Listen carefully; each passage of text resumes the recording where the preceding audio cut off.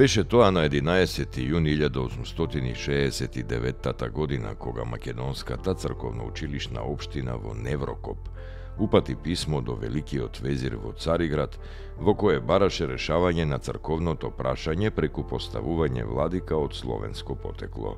Чувствувајќи опасност, Цариградската патријаршија го заостри курсот и ги активира своите органи на теренот против воведувањето црковнословенски јазик во црквите и македонски јазик во училиштата.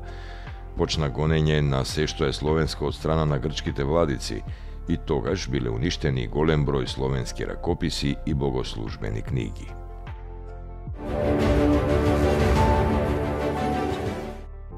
На 11. јуни 1876 година во Охрите родена Јанка Каневчева, македонска револуционерка, учесничка во македонското револуционерно движење, член на Македонската револуционерна организација.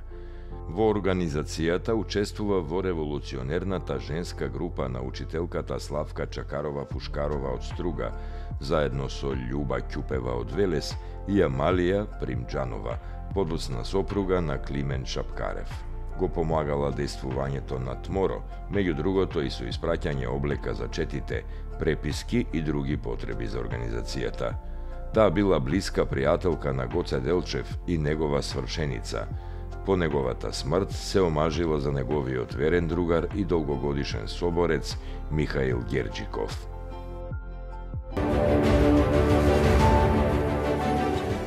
На 11. јуни 1902 година во селото Ракитница Крушевско во борба со турската војска загинал Веле Марков, македонски револуционер, социјалист, член на Тморо и војвода.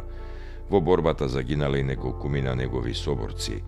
Веле Марков е роден во селото Селце Крушевско во 1870 година.